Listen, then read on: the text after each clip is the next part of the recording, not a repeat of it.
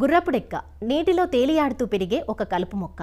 సాధారణంగా కాలువలు, చెరువులలో వేగంగా వృద్ధి చెందుతూ నీటి ప్రవాహానికి అడ్డుపడుతూ ఉంటుంది. దీంతో కాలువ చివరి భూములకు సకాలంలో నీరందక సాగు పనులు సాగక రైతులు ఇబ్బంది పడుతూ ఉంటారు. ఇలా సాగు రంగానికి అడ్డంకిగా ఉన్న ఈ కలుపు మొక్కను అర్థవంతంగా మార్చుకుంటే విలువైన సేంద్రియ పదార్థంగా మారుతుంది. గుర్రపు డెక్కను సేంద్రియ ఎరువుగా మార్చే విధానాన్ని, పంటలకు వాడుకునే పద్ధతిని తెలియజేస్తున్నారు ప్రొఫెసర్ జయశంకర్, తెలంగాణ రాష్ట్ర వ్యవసాయ విశ్వవిద్యాలయం, నాగర్ కర్నూలు జిల్లా పాలెం కృషి విజ్ఞాన కేంద్రం coordinator doctor Prabhakar Reddy.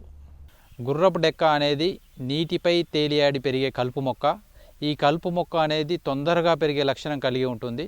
So ఇది తొందరగా పెరగటం వల్ల నీటి యొక్క ఉపరితల విస్తీర్ణంలో అనేది వ్యాపించి దీనివల్ల నీటిలో ఉండే ఆక్సిజన్ అనేది తగ్గిపోవటం, నీటి కాలుష్యం జరగటం, దానివల్ల కూడా ఈ నీటిలో ఉండే చేపలు, వివిధ రకాలైన జీవరాశులు చనిపోవటం అనేది మనం ఎక్కువగా గమనిస్తూ ఉంటాం.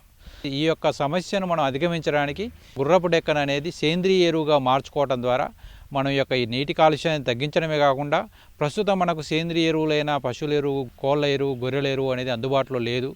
మనకు పంటలకు కావాల్సిన సేంద్రియ ఎరువును మనం అందించలేకపోతున్నాం. కాబట్టి గుర్రపు డెక్కను అనేది సేంద్రియ ఎరువుగా మార్చుకోవడం ద్వారా మనం ఈ యొక్క పంట పొలాల్లో యొక్క రసాయన ఎరువులపై పెట్టే వినియోగాన్ని తగ్గించుకోవచ్చు. దాంతోపాటు ఈ సేంద్రియ కర్బనాన్ని కూడా పెంచుకునే అవకాశం ఉంటుంది. కాబట్టి అంటే 100 టన్నులు వాడినట్లయితే 10 టన్నుల వరకు మనం సేంద్రియ ఎరువు వచ్చే అవకాశం ఉంటుంది. ఎందుకంటే ఈ గుర్రపు డెక్కలో నీటి శాతం అనేది చాలా ఎక్కువగా ఉంటుంది. కాబట్టి మనకు తక్కువ మోతాదులో కంపోస్ట్ బయటకు వస్తుంది. సో ఇంకోటి, నీటి మోతాదు చాలా ఎక్కువగా ఉంటుంది కాబట్టి తొందరగా కుళ్ళిపోయి సేంద్రియ ఎరువుగా తయారయ్యే అవకాశం ఉంటుంది. అయితే ఈ గుర్రపు డెక్క నుంచి తయారు చేసిన సేంద్రియ ఎరువు ఎలా తయారు చేసుకోవాలని మనం గమనించినప్పుడు, ఒకటి వర్మి కంపోస్టింగ్ ద్వారా తయారు చేసుకోవచ్చు. రెండవది సాధారణ కంపోస్ట్ పిట్ పద్ధతిలో కానీ సాధారణ కంపోస్టింగ్ పద్ధతిలో కూడా మనం తయారు చేసుకునే అవకాశం ఉంటుంది. అయితే ఈ వర్మి కంపోస్ట్ పద్ధతిలో మనం ఈ యొక్క గుర్రపు డెక్క ద్వారా ఎలా సేంద్రియ ఎరువు తయారు చేసుకోవచ్చు అనే మన అంశాన్ని మనం గమనించినప్పుడు, ముందుగా మనకు ఈ గుర్రపు డెక్క పెరిగే చెరువులు, కాలువలు, నదులు, సో వీటి ఉపరితలంలో విస్తీర్ణంలో ఎక్కువగా ఉంటుంది. కాబట్టి ముందుగా ఈ నీటి ఉపరితలం నుంచి దీన్ని బయటికి తీసి బాగా ఆరనిచ్చి ఎండబెట్టి, సో దాంట్లో ఉండే నీటి శాతం తగ్గే వరకు ఎండబెట్టి, తర్వాత ఈ గుర్రపు డెక్కను పశువుల పేడను కనుక మనం కలిపి ఒక 40-45 రోజులు పాక్షికంగా కుళ్ళే విధంగా పక్కకు పెట్టినట్లయితే, పాక్షికంగా కుళ్ళిపోయిన గుర్రపు డెక్క అనేది మనం వర్మి కంపోస్ట్ షెడ్లోకి తీసుకొని, అంటే 1 టన్ను సేంద్రియ ఎరువుకి మనం ఒక 1500 వరకు వానపాములు కనుక వదిలినట్లయితే 60 రోజుల్లో మనకి ఈ యొక్క గుర్రపు డెక్క నుంచి వర్మి కంపోస్ట్ తయారవుతుంది. సంవత్సరంలో 6 సార్లు మనం వర్మి కంపోస్ట్ తయారు చేసుకునే అవకాశం ఉంటుంది. మనం పెద్ద ఎత్తున ఈ వర్మి కంపోస్ట్ షెడ్లు కనుక మనం పెట్టుకున్నట్లయితే వర్మి కంపోస్ట్ని తయారు చేసుకునే అవకాశం ఉంటుంది. సో ఈ ఏంటంటే ఈ గుర్రపు డెక్క అనేది నీటిలో కరిగి ఉండే నత్రజని, భాస్వరం, పొటాషియంని గ్రహించి మొక్క తొందరగా పెరుగుతుంది. కాబట్టి సో దీని ద్వారా తయారు చేసిన వర్మి కంపోస్ట్లో కూడా మనకి యొక్క పోషకాల మోతాదు అనేది చాలా ఎక్కువగా ఉంటుంది. ముఖ్యంగా చూసినట్లయితే మనకు వర్షాలు పడినప్పుడు ఈ పంటల్లో వేసిన ఈ యొక్క రసాయన ఎరువులన్నీ ఈ వర్షపు నీటిలో కరిగి ఆ నీరు కాలువల్లోకి వెళ్ళటం, ఆ కాలువల్లో నీరు చెరువుల్లోకి, తర్వాత నదుల్లోకి వెళ్ళటం గమనిస్తున్నాం. కాబట్టి సో ఈ నేలల్లో, ఈ నీటిలో నత్రజని, భాస్వరం, పొటాషియం ఎక్కువగా ఉంటుంది. వీటిని గ్రహించిన ఈ యొక్క గుర్రపు డెక్కలో కూడా ఈ యొక్క పోషకాల మోతాదు ఎక్కువగా ఉంటుంది. కాబట్టి వాటి నుంచి తయారు చేసిన కంపోస్ట్లో కూడా ఈ యొక్క పోషకాల మోతాదు ఎక్కువగా ఉంటుంది. దాంతోపాటు కొంత మోతాదులో సూక్ష్మ పోషకాలు కూడా అధికంగా ఉంటాయి. కాబట్టి గుర్రపు డెక్క ద్వారా తయారు చేసిన వర్మీ కంపోస్ట్ కూడా చాలా వరకు కూడా మొక్కలకు ఉపయోగపడుతుంది.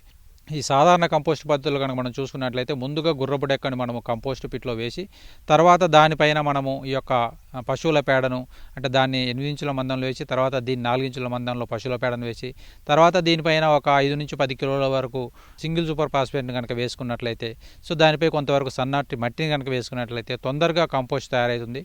సో దగ్గరగా 60 నుంచి 80 రోజుల్లో ఇది కంపోస్ట్ తయారయ్యే అవకాశం ఉంది. అంటే సాధారణ కంపోస్ట్ పద్ధతిలో కూడా మనం ఈ గుర్రపు డెక్క నుంచి సేంద్రియ ఎరువు తయారు చేసుకునే అవకాశం ఉంటుంది.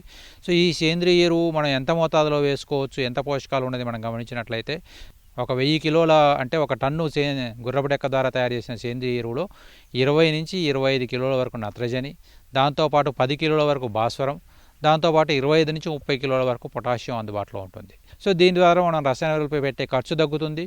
దాంతోపాటు నేలలో సేంద్రియ కర్బనం పెరుగుతుంది, నేలలో ఉండే యొక్క పోషకాల మోతాదు పెరుగుతుంది, నేలలో జీవ సంబంధ లక్షణాలు మెరుగుపడతాయి. కాబట్టి దీని ద్వారా నేల యొక్క భౌతిక లక్షణాలు కూడా మెరుగుపడి ఈ యొక్క పంటకు అధిక దిగుబడి వచ్చే అవకాశం ఉంటుంది. కాబట్టి సో ఎంత మోతాదులో వేసుకోవాలని మనం గమనించినప్పుడు, 1 ఎకరాకు మనకు 3 టన్నుల వరకు కూడా ఈ యొక్క గుర్రపు డెక్క ద్వారా తయారు చేసిన సేంద్రియ ఎరువు వేసుకోవచ్చు.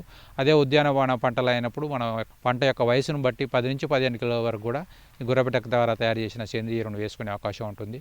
సో ఈ విధంగా మనం గుర్రపు డెక్క అనేది ఈ యొక్క నీటిపై విస్తరించి ఎంతో కాలుష్యాన్ని కలుగజేస్తుంది. కాబట్టి దీన్ని అధిగమించడానికి ప్రస్తుతం సేంద్రియ ఎరువులు మనకు అందుబాటులో లేవు కాబట్టి దాన్ని కూడా అధిగమించడానికి ఈ యొక్క వేస్ట్గా ఉండే గుర్రపు డెక్క ద్వారా మనం సేంద్రియ ఎరువులు తయారు చేసుకున్నట్లయితే మనకి ఎంతగానో ఉపయోగపడుతుంది. కాకపోతే ఇక్కడ మనం గమనించవలసిన అంశం ఏంటంటే ఎక్కడైతే మనకు హానికరమైన ధాతువులు అంటే పరిశ్రమలు అధికంగా ఉండే ఏరియాలో ఆ చెరువులపై పెరిగే ఈ కలుపు మొక్కను అనేది మనం కంపోస్ట్కు తీసుకోకూడదు.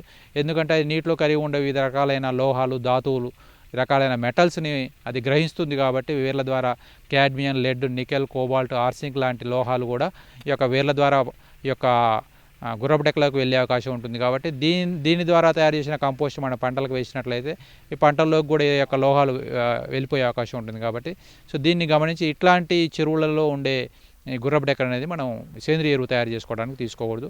సాధారణంగా సాగునీటి చెరువులు కానీ, తాగునీటి చెరువుల్లో కానీ, ఎలాంటి చెరువుల్లో కానీ ఉపరితలంపై పెరిగే గుర్రపు డెక్క ద్వారా మనం సేంద్రియ ఎరువులు తయారు చేసుకోవడం ద్వారా మనకు చాలా వరకు కూడా సేంద్రియ పదార్థాన్ని మనం మొక్కకు అందించవచ్చు. దాని ద్వారా నేలలో ఉండే సేంద్రియ కర్బనాన్ని మనం పెంచుకునే అవకాశం ఉంటుంది.